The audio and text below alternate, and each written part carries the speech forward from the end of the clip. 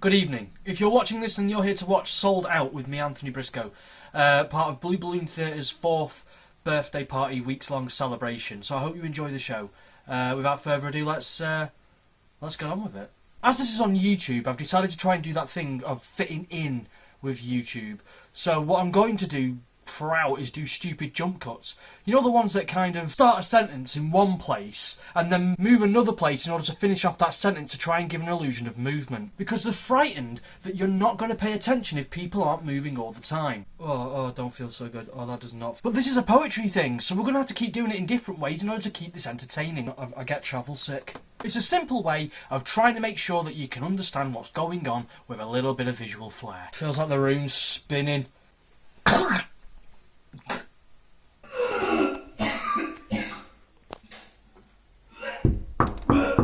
Anne, are you okay? Yeah. You been jump cutting again?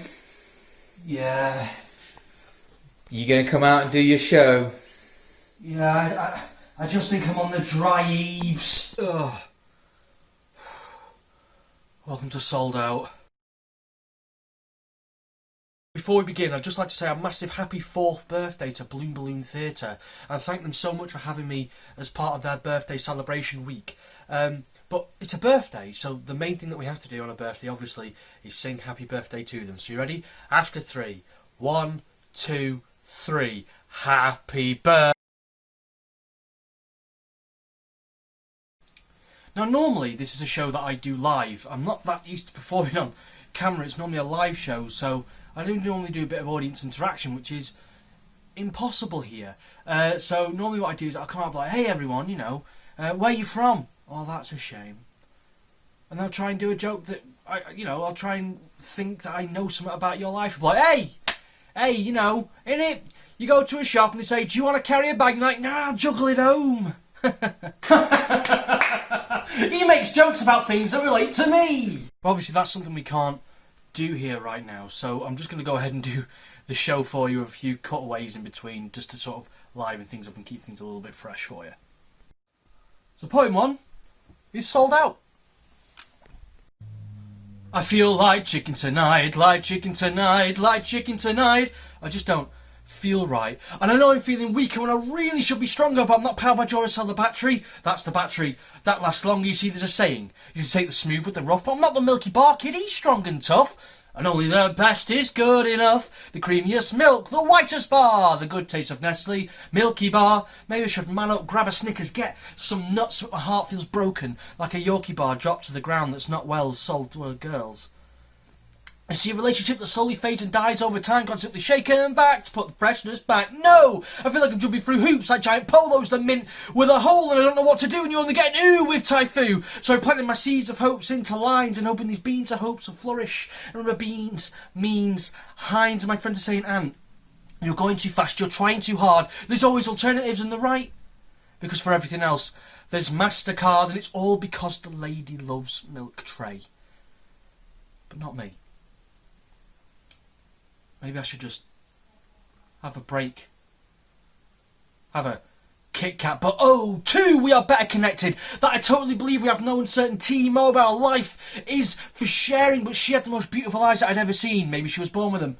Maybe it was Maybelline and I wanted those eyes to fall upon me so me and her could just restart this, but I feel like I'm missing something.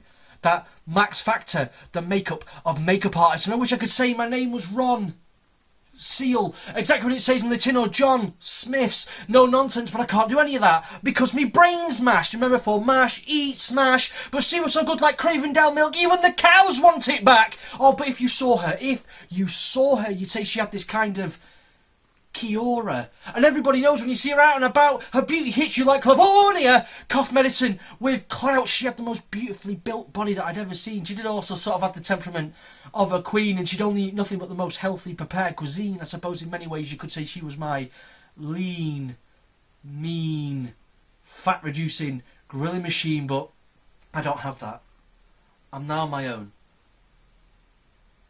But let me tell you, no more did I help you work, rest and play, and happiness is not a cigar called Hamlet. And even though Heineken refreshes the parts that other beers cannot reach, the answers are not at the bottom of the bottle. You have to get up each day and go to work on an egg. Take each day in Nike and just do it. And try to forget holding your hands that feel as soft as your face when you use mild green fairy liquid. And I just flake apart in their company like only the flakiest chocolate, like chocolates never tasted before. Now I need to pick up myself and pick up a penguin because I know that I've been tangoed. I feel like Aldi, like brands but only cheaper, and I remain upset and cry every night, but at least I could dry my tears using Juan sheet. That does plenty, and I'll try and reinvent myself, and I'll do it by the book, and I'll try and give myself that London look because the future's bright, the future's orange, but it's not Terry's, it's mine. And I shall try and live like Sainsbury's and live well for less, and everyone that I know and everyone that I love will be my Tesco's because every little helps, and I will always explain myself like I always do, Oral B than the one recommended by dentist, and I will not resent myself when alone at night because love it, I hate it.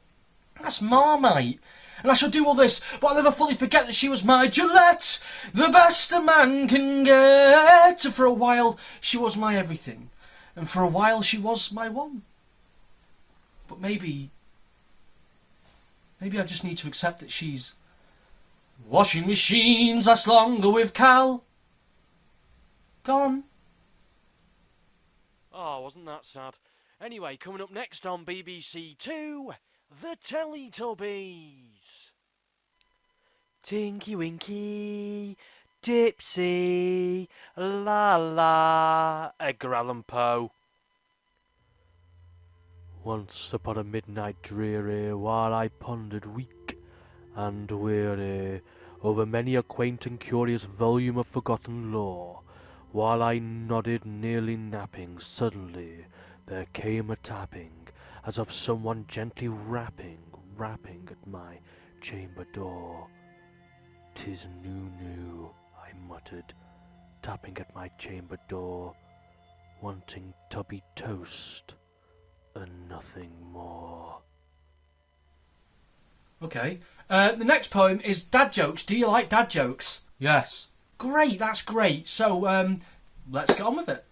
Loved and hated by millions, apparently invented by blokes. This is just a load of dad jokes. Did you hear what happened at the local zoo? They had too many penguins and didn't know what to do, so they rounded them all up and threw them into the lion's feeding trough. The frenzy went on for hours because they couldn't get the wrappers off. Loved and hated by millions, apparently invented by blokes. This is just a load of dad jokes. Two dogs go out drinking all sorts of alcoholic stuff. They wake up the next day, one looks at the other and says, "How do you feel?" The other goes, "Rough."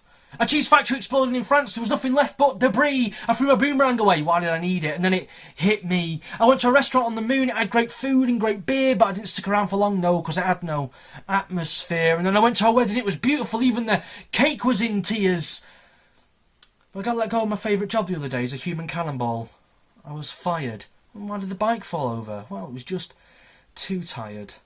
A horse walks into a bar, and the bar owner goes, "Why the long face?" And he says that he tried to sue an airline company after he lost his luggage, but sadly he lost his case. I threw out all my used pots of spices. Complete waste of time. I invited a mushroom to my party. Well, he seemed like a fun guy, but I'm only friends with 25 letters of the alphabet. I don't know why. And when I saw I had grey hairs in my beard, I thought I was going to die. Them a different colour. Look, if you think that's a boring joke at the expense of getting old, I have a boring life and a boring job. I work in a paper factory where my responsibilities are twofold. I robbed a calendar shop the other day. Wasn't one of my cleverest stunts. The police turned up. I got arrested. I only got away with 12 months. The police were then called to a nursery because a 2-year-old was resisting arrest. They brought in an investigator. Yeah, it was just an alligator in a vest. Look, dad jokes aren't easy. I am trying my best. I wrote a song about a tortilla. Well, actually, it was more of a rap. I got asked to put the cat out, but I had no idea someone set fire to the cat. Loved and hated by millions, apparently invented by blokes. This was just a load of dad jokes. But these dad jokes were all awful. But I thought they were shareable. And I wrote them originally on paper, so I'm sorry. They were terrible. And I'll go get my coat. The hand of hope was held towards mankind, and in its palm was nothing more than love, health, prosperity, and salvation. And mankind, with its fettered claw, pushed that hand aside, and with that same fettered claw, caressed the face of God, and spat in its eye. And God, in all its infinite wisdom, held his hand aloft the flame of life, to be extinguished, to be seen no more upon this stage. mankind is nothing more than a newborn baby crying into an ever different sky. Which, upon reflection, was the worst Tinder bio I ever wrote. That's the end of this bit. Time for another bit. This next poem that I'm going to do for you is called Space is Ace, and it's a poem that I wrote, well, basically to me, because just I wanted to try and explain to myself just what it is exactly I love about space, because I am a huge space dork. I'm also just a massive dork too, but I absolutely love space. I love everything about it, just how vast it is and what it contains, and how there's other planets out there with completely different atmospheres to our own, yet we somehow exist. I find that stuff incredibly interesting to talk about and try and understand. I mean, I'll never understand it, but I try to understand it. But if I could make two quick suggestions to you, one would be the documentary series Cosmos by Carl Sagan. That man knew how to communicate science in such a way that it's basically poetry. It's like the most amazing picture being painted in front of you whilst also being explained what he's doing at every part, and it's insanely interesting. The other one would be Chris Hadfield's book An Astronaut's Guide to Life on Earth. That book is so life-affirming, reassuring, and it's his story about how he worked originally with the Air Force and then managed to get himself into NASA and then go to the ISS, and what happened to him up there and the trials and tribulations between all that. And he just seems like such a nice man, and it's just, when you read it, you just get a feel of that, and it's just a lovely book to read. And it's also got loads of facts about space in it, so that's a book definitely to read. I'm slightly going to cheat on this one. I am going to be reading it because I did write it as a letter, and it's something that I just want to get right. It's something I just want to say properly. But in order to do this, I also do need a prop, and this is it. It's my portable night sky. It's got a bit battered and bruised over the years, but it's my portable night sky that I made out of an umbrella and some lights. So normally when I perform this would be a dark room with this on, just this alone, but for now I can't, because if I do that the camera won't pick it up. So this is Space is Ace. I want to talk about something that I love, that can be found up at night, way up above a place that I would describe as ace. And that place is space, because space is ace. It's a never-ending expanse full of planets and stars, full of Star Wars and Star Treks, Luke Skywalkers and Captain Picards, and a place where we live, albeit we are very small. Compared to the rest of the universe, we may seem lonely, but let me try and reaffirm to you, we are not really lonely at all. From this tiny, unimaginable point, this all began and exploded and littered with an expanse of planet, stars and suns. It was a violent cacophony of explosions, but of also rebirth. And it was this process that gave us our home, our planet Earth. This tiny rock, in comparison to the rest, where all the stars, molecules and light beams from the beginning have come to rest, is our home, full of seas, sands and lands, and where our race, our human race, for now makes its stand. When you think of the scale of the universe, it's easy to feel alone, that there's no more life within an inhabitable zone, but that may be depressing to some, but not to me, because if all this is true, then how amazing is it that we came to be? We came from what we call the primordial soup. From bacteria, amoeba-like creatures in ponds, where over time our cells started to form stronger bonds, and as the face of the planet changed, we also changed too, became creatures in the seas, and then we left the safety of the oceans and became what we now know is called chimpanzees. We continued to evolve with opposable thumbs and the ability to walk upright, gain cognitive thought and learnt about the day and the night, and we created civilizations. We ruled the day. Although I would definitely say we've got lost a little bit along the way. But for this to happen, it took billions of years of happy accidents as the universe turned its gears, and it's not over yet. It still continues to move on. If the universe was a clock and you wanted to gauge how long we've been around since it had begun, well, if you did it in minutes, we have barely been around for one. But why are we here? And what is the point? Well, that is pretty hard to pinpoint, but I do have a theory. You see, we are what we call primarily carbon-based life forms. The same stuff that can be found in distant galaxies and massive solar storms. We are the same elements that the universe is made of. The same stuff you see in the night above. And I agree with the great Carl Sagan myself when he said we are a way for the cosmos to know itself. And if I could back myself up, if I haven't enough, he also said we are made of star stuff. We are the universe incarnate. We embody the stars. We study space and all its scars, from black holes to supernovas to other galaxies further away. We see all this from our small part of our galaxy, where for now at least we stay, and we have unlocked many mysteries of the universe, and there's still many more to unravel, like what is dark matter and could we ever achieve light travel? We've achieved so much in a small amount of time, vast concepts that boggle the mind. We are capable of so much, of understanding and of truth, and there is no limit to that, because like space, there is no roof. From bacteria in a pond to the human race, we are the universe itself, and that's why I think space is pretty ace. Thank you. The next and final poem is called There Is a Place Beyond the Trees, and it's a poem that I wrote about mental health and depression. And I appreciate that not everyone will feel comfortable with that subject matter. That's okay, there's no problem with that. If you'd like to skip this poem, that's totally fine, I understand. Please go to this time code here, and then we'll get to the end. Some of you have already skipped to that time code anyway, and that's okay too. But yeah, it's about mental health, it's about depression, and hopefully it's a good message that there is a place beyond that. But it is a hard journey, that's understandable. But there is a place beyond it. I think I'll let it speak for itself. I hope you enjoy. There is a place beyond the trees, and it is beautiful. But in order to even get there to the trees, you must first go through the brambles and the weeds and vines that bind. And these vines, they are strong. They will wrap around. They're firmly rooted in the ground, and they will grab you, pull you back, and slow you down. And they will tie around your legs, they will tie around your arms, and they will continue to be binding, and carrying them with you will be quite tiring, but you will get on through. I know this, even if I do not know you, because there is a place beyond the trees, and it is beautiful. But you may not see that on your journey.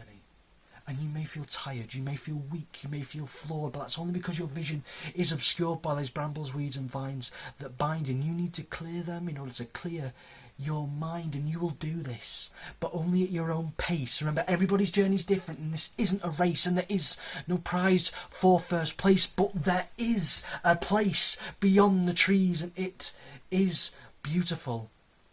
But part of your journey may demand that in order to remove these brambles, weeds and vines that bind, you're going to have to use your hands. And these vines, they have thorns. And they will dig, they will scrap, and they will peel. But that's all part of the ordeal. Remember that in time your hands will heal. And they may leave scars, but see that as mementos of when life got hard, because you knew that there is a place beyond the trees, and it is beautiful. And one day, in your own time, in your own pace, you will burst on through, and you may be battered, you may be tired, and you may be bruised, but you just break on through, and then you will see nothing but trees, and then you will know that the rest of your journey will be a breeze, because you got through the brambles, weeds and vines that bind. Because you know there is a place beyond the trees, and having you there is the reason it is beautiful. I've been Anthony Briscoe. Thank you so much for watching Sold Out.